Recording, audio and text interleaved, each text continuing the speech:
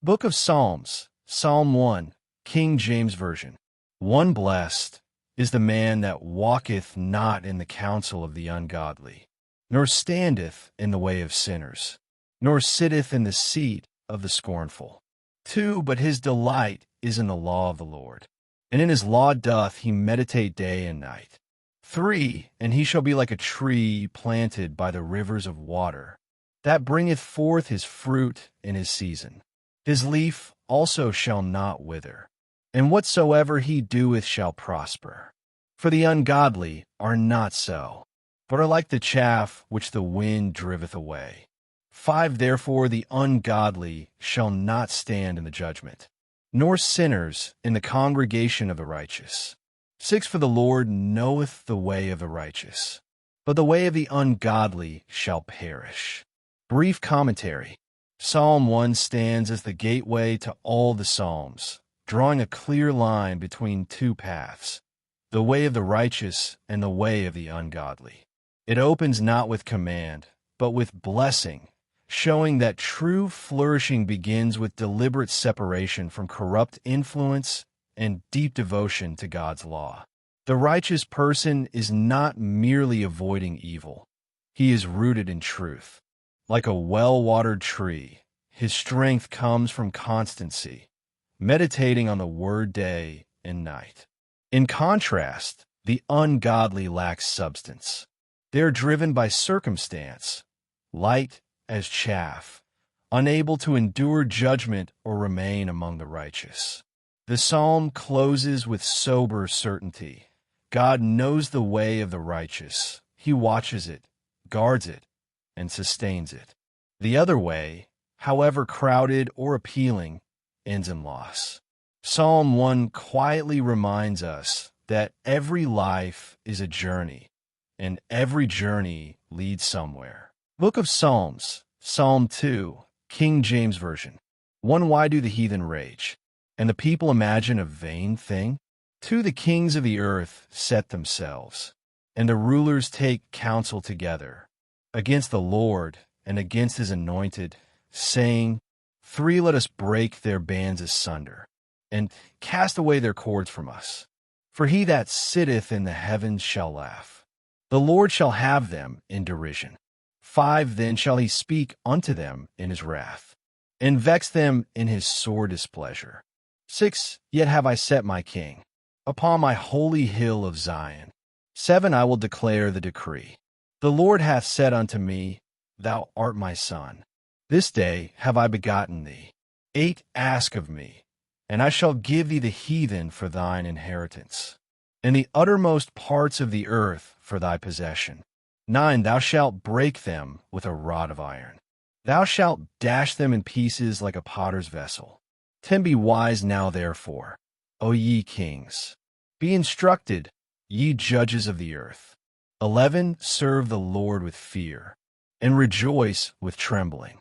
12, kiss the Son, lest he be angry, and ye perish from the way, when his wrath is kindled but a little. Blessed are all they that put their trust in him. Brief commentary. Psalm 2 shifts the lens from the individual heart to the stage of the whole world. Nations rage, rulers plot, and humanity imagines it can throw off God's authority like broken chains. Yet the psalm answers rebellion not with panic, but with divine calm. God reigns from heaven, unmoved by human defiance. At the center stands God's anointed king, set firmly on Zion by divine decree. Historically, this psalm echoes Israel's monarchy. Prophetically, it points forward to the Messiah, fulfilled in Christ, whom the New Testament repeatedly identifies with this passage. The warning is clear and merciful. Power does not excuse rebellion, and wisdom begins with submission. The psalm ends where all hope lies, not in resistance, but in trust. Blessed are not the defiant, but those who take refuge in the Son. Book of Psalms, Psalm 3, King James Version. A psalm of David, when he fled from Absalom his son. 1, Lord, how are they increased that trouble me? Many are they that rise up against me. Too many there be which say of my soul, there is no help for him in God. Selah. 3 But thou, O Lord, art a shield for me, my glory, and the lifter up of mine head. For I cried unto the Lord with my voice, and he heard me out of his holy hill. Selah. 5 I laid me down and slept. I awaked, for the Lord sustained me. 6 I will not be afraid of 10,000s of people that have set themselves against me round about. 7 Arise, O Lord, save me, O my God. For thou hast smitten all mine enemies upon the cheekbone. Thou hast broken the teeth of the ungodly. 8 Salvation belongeth unto the Lord. Thy blessing is upon thy people. Selah. Brief commentary. Psalm 3 is the first psalm born directly out of personal crisis. David is not writing from a throne, but from the road, betrayed by his own son, surrounded by enemies, and mocked by voices claiming God has abandoned him. The danger is real, and the despair is loud. Yet the turning point comes swiftly. But thou, O Lord, in the middle of flight and fear, David anchors himself to who God is, a shield, a source of dignity, and the one who lifts a bowed head. This psalm reminds us that faith does not deny danger, it redefines it. Perhaps the most powerful line is quiet and easily missed. I laid me down and slept. Surrounded by threat, David rests. Not because the enemy is gone, but because God is near. Psalm 3 teaches that true peace is not the absence of trouble, but the presence of trust. Book of Psalms, Psalm 4, King James Version. To the chief musician on Neginoth, a psalm of David. Hear me when I call, O God of my righteousness. Thou hast enlarged me when I was in distress. Have mercy upon me, and hear my prayer.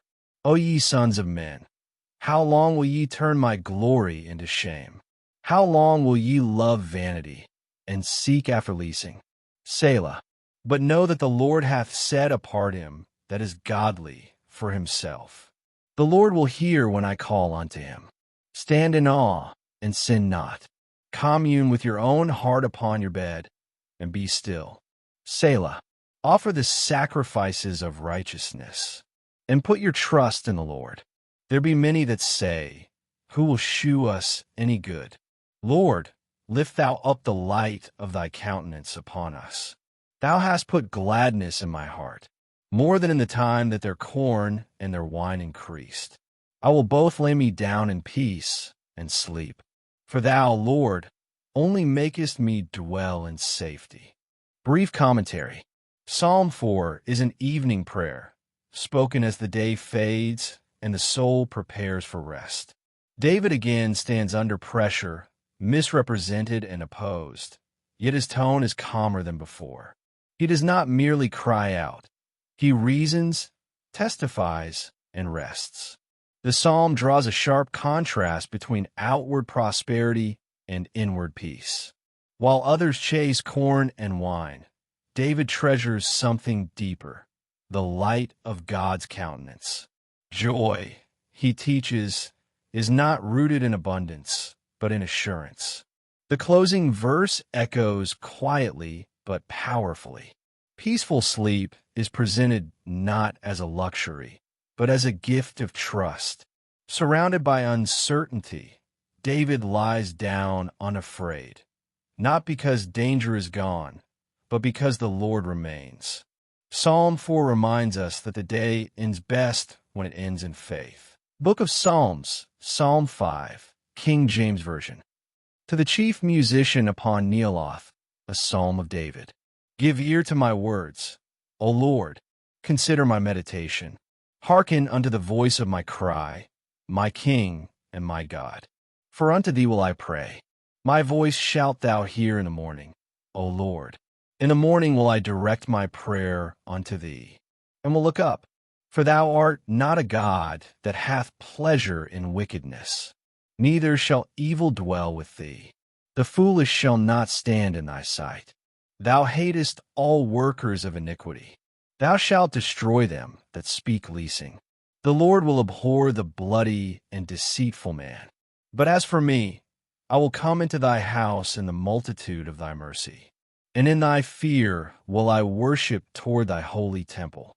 Lead me, O Lord, in thy righteousness because of mine enemies. Make thy way straight before my face. For there is no faithfulness in their mouth. Their inward part is very wickedness. Their throat is an open sepulchre. They flatter with their tongue. Destroy thou them, O God. Let them fall by their own counsels.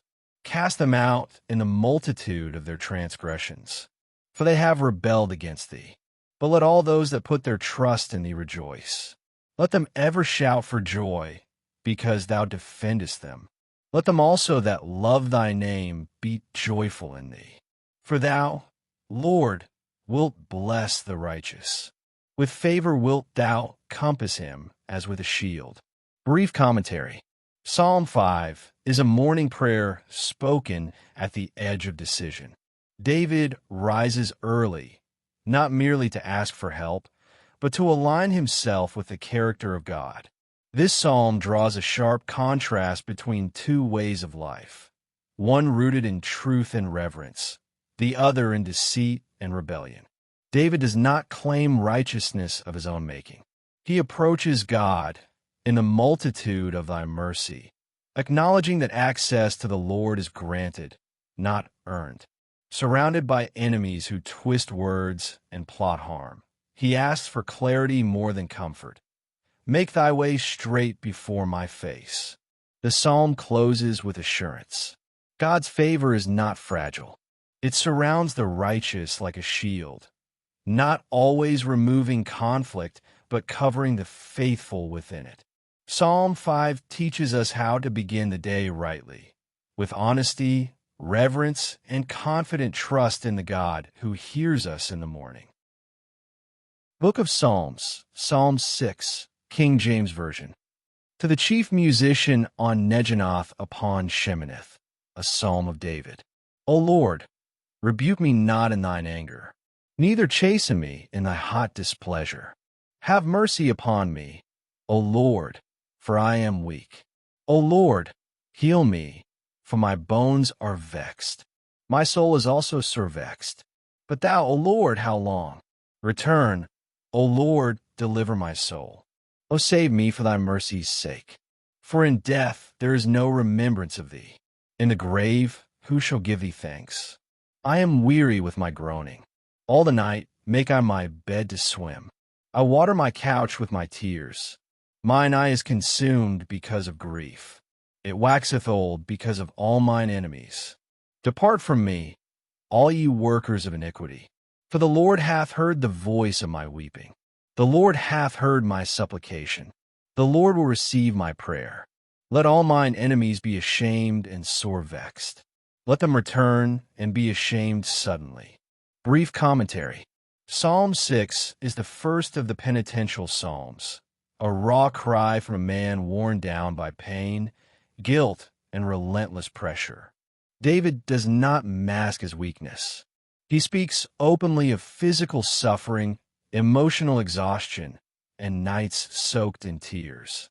This is faith at its most honest, where prayer is less poetry and more survival. Yet, even in despair, David distinguishes discipline from destruction. He pleads not to be corrected without mercy, revealing a deep trust in God's character. The turning point comes quietly but decisively. The Lord hath heard my weeping. Nothing outward has changed, but everything inward has. Psalm 6 reminds us that God does not wait for strength before listening. Tears are not a failure of faith. They are often its language. And when the soul reaches its limit, the Lord's mercy meets it there, hearing even prayers spoken through sobs. Book of Psalms, Psalm 7, King James Version.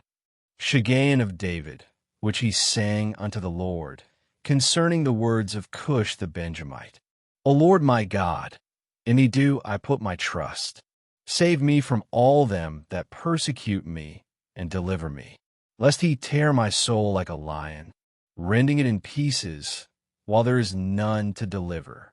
O Lord my God, if I have done this, if there be iniquity in my hands, if I have rewarded evil unto him that was at peace with me, yeah, I have delivered him that without cause is mine enemy. Let the enemy persecute my soul, and take it. Yeah, let him tread down my life upon the earth, and lay mine honor in the dust. Selah. Arise, O Lord, in thine anger. Lift up thyself because of the rage of mine enemies. And awake for me to the judgment that thou hast commanded. So shall the congregation of the people compass thee about. For their sakes therefore return thou on high. The Lord shall judge the people. Judge me, O Lord, according to my righteousness, and according to mine integrity that is in me. O let the wickedness of the wicked come to an end, but establish the just. For the righteous God trieth the hearts and reins. My defense is of God, which salveth the upright in heart. God judgeth the righteous, and God is angry with the wicked every day. If he turn not, he will whet his sword. He hath bent his bow, and made it ready. He hath also prepared for him the instruments of death. He ordaineth his arrows against the persecutors. Behold, he travelleth with iniquity, and hath conceived mischief, and brought forth falsehood. He made a pit, and digged it, and is fallen into the ditch which he made. His mischief shall return upon his own head, and his violent dealing shall come down upon his own pate.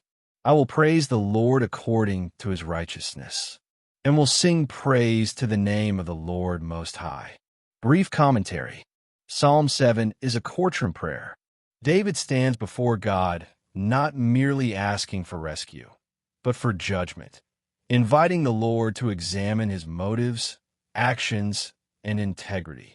This is bold faith, not claiming sinlessness, but placing one's whole case in the hands of a righteous judge. The psalm exposes a sobering truth. Evil is self-destructive. Those who dig pits for others often fall into them themselves. Violence, deceit, and persecution are shown not as power, but as traps that recoil upon the one who sets them. Yet the psalm does not end in fear, but in praise. David trusts that God sees clearly, judges rightly, and defends the upright in heart. Psalm 7 reminds us that when our name is attacked and our motives questioned, the safest place to stand is not before public opinion, but before the judgment seat of God. Book of Psalms, Psalm 8, King James Version. To the chief musician upon Gittith, a psalm of David. O Lord our Lord, how excellent is thy name in all the earth, who hast set thy glory above the heavens. Out of the mouth of babes and sucklings hast thou ordained strength because of thine enemies, that thou mightest still the enemy and the avenger. When I consider thy heavens, the work of thy fingers, the moon and the stars, which thou hast ordained. What is man, that thou art mindful of him, and the Son of Man, that thou visitest him? For thou hast made him a little lower than the angels, and hast crowned him with glory and honor. Thou madest him to have dominion over the works of thy hands. Thou hast put all things under his feet, all sheep and oxen, yea, and the beasts of the field, the fowl of the air, and the fish of the sea, and whatsoever passeth through the paths of the seas. O Lord our Lord, how excellent is thy name in all the earth. Brief commentary. Psalm 8 is a song of wonder. David looking up at the night sky and being struck not by his own smallness alone, but by God's astonishing care. Against the vastness of the heavens, humanity seems insignificant, yet God grants mankind dignity, purpose, and responsibility. This psalm holds humility and honor in perfect balance. Man is small but crowned, frail yet entrusted.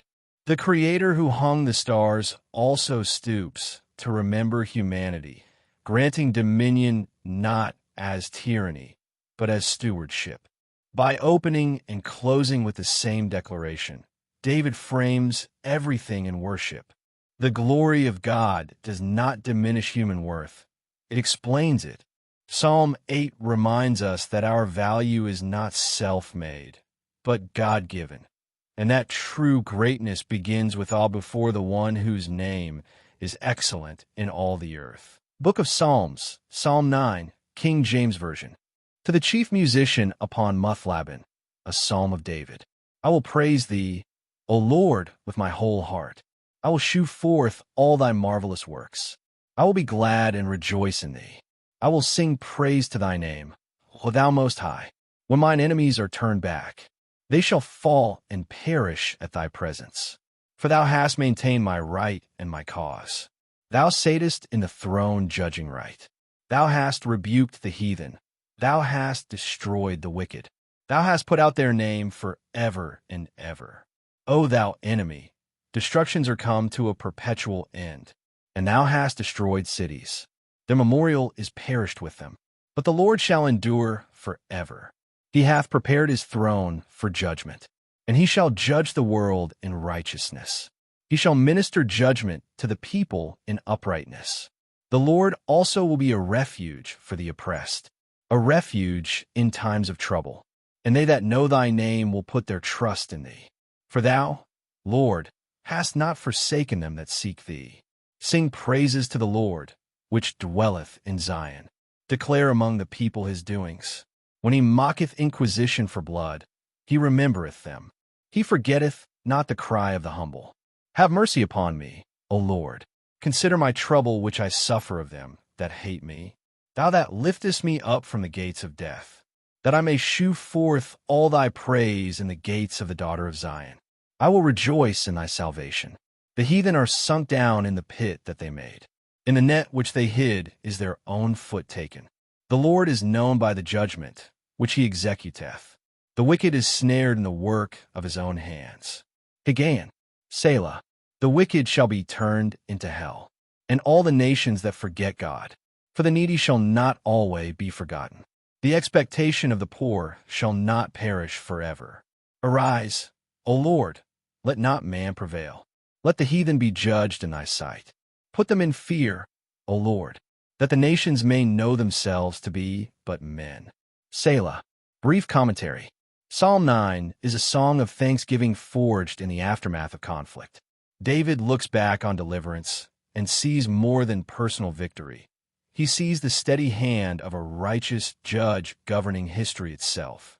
Praise flows not from comfort, but from confidence that God rules justly. The psalm moves between celebration and petition, reminding us that faith often stands with one foot in gratitude and the other in need. God is revealed as both king and refuge, exalting justice on a global scale while bending low to hear the cry of the oppressed. A sobering truth echoes throughout. Evil collapses under its own weight. Pits dug for others become graves for their makers. Yet the psalm ends not in vengeance, but in humility, calling nations to remember their place before God. Psalm 9 teaches that true security is found not in power or pride, but in trusting the Lord who never forgets the humble. Psalm 10, King James Bible, KJV. Why standest thou far off, O Lord? Why hidest thou thyself in times of trouble? The wicked in his pride doth persecute the poor. Let them be taken in the devices that they have imagined. For the wicked boasteth of his heart's desire, and blesseth the covetous, whom the Lord abhorreth. The wicked, through the pride of his countenance, will not seek after God. God is not in all his thoughts. His ways are always grievous. Thy judgments are far above out of his sight. As for all his enemies, he puffeth at them. He hath said in his heart, I shall not be moved, for I shall never be in adversity. His mouth is full of cursing and deceit and fraud. Under his tongue is mischief and vanity. He sitteth in the lurking places of the villages. In the secret places doth he murder the innocent. His eyes are privily set against the poor. He lieth in wait secretly as a lion in his den. He lieth in wait to catch the poor. He doth catch the poor, when he draweth him into his net. He croucheth, and humbleth himself, that the poor may fall by his strong ones. He hath said in his heart, God hath forgotten. He hideth his face, he will never see it. Arise, O Lord, O God, lift up thine hand, forget not the humble. Wherefore doth the wicked contemn God? He hath said in his heart, Thou wilt not require it. Thou hast seen it, for thou beholdest mischief and spite, to requite it with thy hand. The poor committeth himself unto thee. Thou art the helper of the fatherless. Break thou the arm of the wicked and the evil man. Seek out his wickedness till thou find none. The Lord is king for ever and ever. The heathen are perished out of his land. Lord, thou hast heard the desire of the humble. Thou wilt prepare their heart. Thou wilt cause thine ear to hear, to judge the fatherless and the oppressed, that the man of the earth may no more oppress. Brief commentary. Psalm 10 gives voice to a cry that feels timeless, the anguish of the righteous when evil appears to go unchecked. It begins in confusion and lament. Why does God seem far away, yet refuses to end there? The psalm carefully exposes the inner world of the wicked, pride, self-deception, and a dangerous belief that God does not see. Against that darkness stands a quiet but unshakable truth. The Lord does see, does hear, and does act. The closing lines turn lament into confidence, affirming that God is king forever, that oppression will not have the final word. This psalm reminds the reader that faith is not blindness to injustice, but trust that justice ultimately rests in God's hands. Book of Psalms, Psalm 11, King James Bible, KJV. In the Lord put I my trust. How say ye to my soul, flee as a bird to your mountain? For lo, the wicked bend their bow. They make ready their arrow upon the string, that they may privily shoot at the upright in heart. If the foundations be destroyed, what can the righteous do? The Lord is in his holy temple. The Lord's throne is in heaven. His eyes behold, his eyelids try, the children of men. The Lord trieth the righteous, but the wicked in him that loveth violence his soul hateth. Upon the wicked he shall rain snares, fire and brimstone, and an horrible tempest. This shall be the portion of their cup. For the righteous Lord loveth righteousness. His countenance doth behold the upright. Brief commentary. Psalm 11 is a declaration of unshakable trust when fear presses in from all sides. Though voices urge retreat and warn that everything solid is collapsing, the psalmist anchors himself in a higher reality. The Lord still reigns. God is not distant or distracted. He sees, he tests, and he judges with perfect righteousness. The psalm ends not in panic, but in confidence, affirming that those who walk uprightly live under the steady gaze of a righteous God, even when the world below feels like it's coming apart. Book of Psalms, Psalm 12, King James Version. To the chief musician upon Sheminith, a psalm of David. Help, Lord, for the godly man saith. For the faithful fail from among the children of men. They speak vanity, every one with his neighbor. With flattering lips and with a double heart do they speak. The Lord shall cut off all flattering lips, and the tongue that speaketh proud things. Who have said, with our tongue will we prevail. Our lips are our own. Who is Lord over us? For the oppression of the poor, for the sighing of the needy. Now will I arise, saith the Lord. I will set him in safety from him that puffeth at him. The words of the Lord are pure words, as silver tried in a furnace of earth, purified 7 times. Thou shalt keep them, O Lord. Thou shalt preserve them from this generation forever. The wicked walk on every side, when the vilest men are exalted. Brief commentary. Psalm 12 is a cry from a collapsing moral landscape. David looks around and finds truth scarce, integrity mocked, and speech weaponized. Faithful voices are drowned out by flattery, pride, and deception, and it feels as though the godly have nearly vanished from the earth. At the heart of the psalm is a sharp contrast: human words versus God's words. Men speak with double hearts, but the Lord speaks with purity, his promises refined, tested, and flawless. When lies multiply and the wicked rise, God does not remain silent. He rises specifically for the poor and the needy, those crushed by arrogant speech and abuse of power. Psalm 12 reminds us that when truth seems endangered, it is not lost. God himself guards his words and his people. Even in generations where corruption walks openly, the Lord remains the final authority, and his word stands untouched by time or deceit. Book of Psalms, Psalm 13, King James Version. To the chief musician, a psalm of David. How long wilt thou forget me, O Lord? Forever? How long wilt thou hide thy face from me? How long shall I take counsel in my soul, having sorrow in my heart daily? How long shall mine enemy be exalted over me? Consider and hear me, O Lord my God. Lighten mine eyes, lest I sleep the sleep of death, lest mine enemies say, I have prevailed against him, and those that trouble me rejoice when I am moved. But I have trusted in thy mercy. My heart shall rejoice in thy salvation. I will sing unto the Lord, because he hath dealt bountifully with me. Brief commentary. Psalm 13 is a short psalm, but it carries the full weight of waiting. David voices a question many believers are afraid to ask aloud. How long?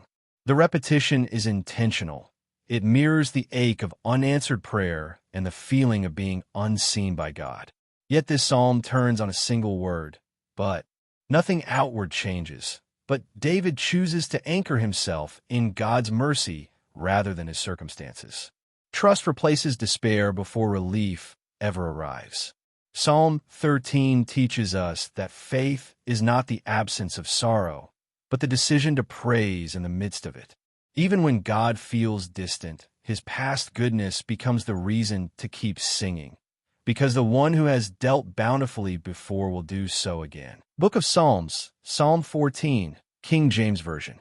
To the chief musician, a psalm of David. The fool hath said in his heart, there is no God. They are corrupt, they have done abominable works. There is none that doeth good. The Lord looked down from heaven upon the children of men, to see if there were any that did understand and seek God. They are all gone aside, they are all together become filthy. There is none that doeth good, no, not one. Have all the workers of iniquity no knowledge? Who eat up my people as they eat bread, and call not upon the Lord. There were they in great fear. For God is in the generation of the righteous. Ye have shamed the counsel of the poor, because the Lord is his refuge. Oh, that the salvation of Israel were come out of Zion, when the Lord bringeth back the captivity of his people. Jacob shall rejoice, and Israel shall be glad. Brief commentary. Psalm 14 is a sobering diagnosis of the human condition. David does not describe ignorance of God as intellectual, but moral. The fool hath said in his heart. This is a rejection rooted not in lack of evidence, but in resistance to accountability.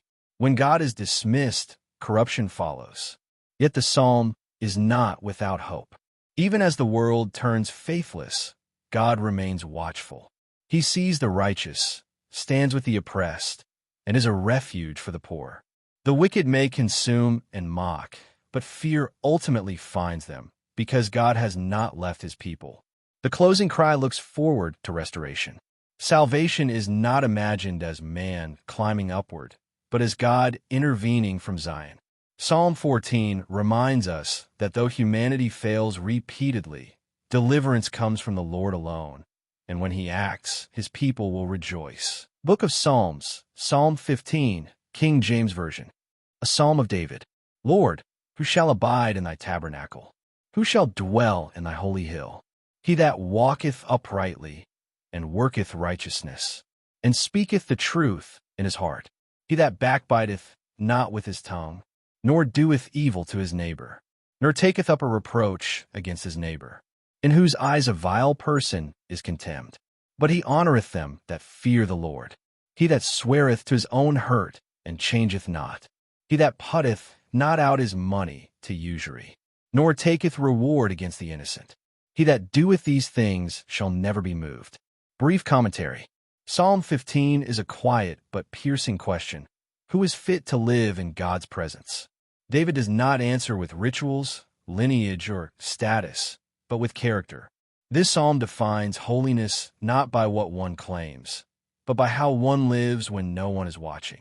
Integrity is the thread running through every line. The righteous person speaks truth inwardly, treats others justly, keeps difficult promises, and refuses to profit from harm. Faith here is not loud, it is steady. It shows itself in restraint, faithfulness, and moral courage. The psalm closes with a promise.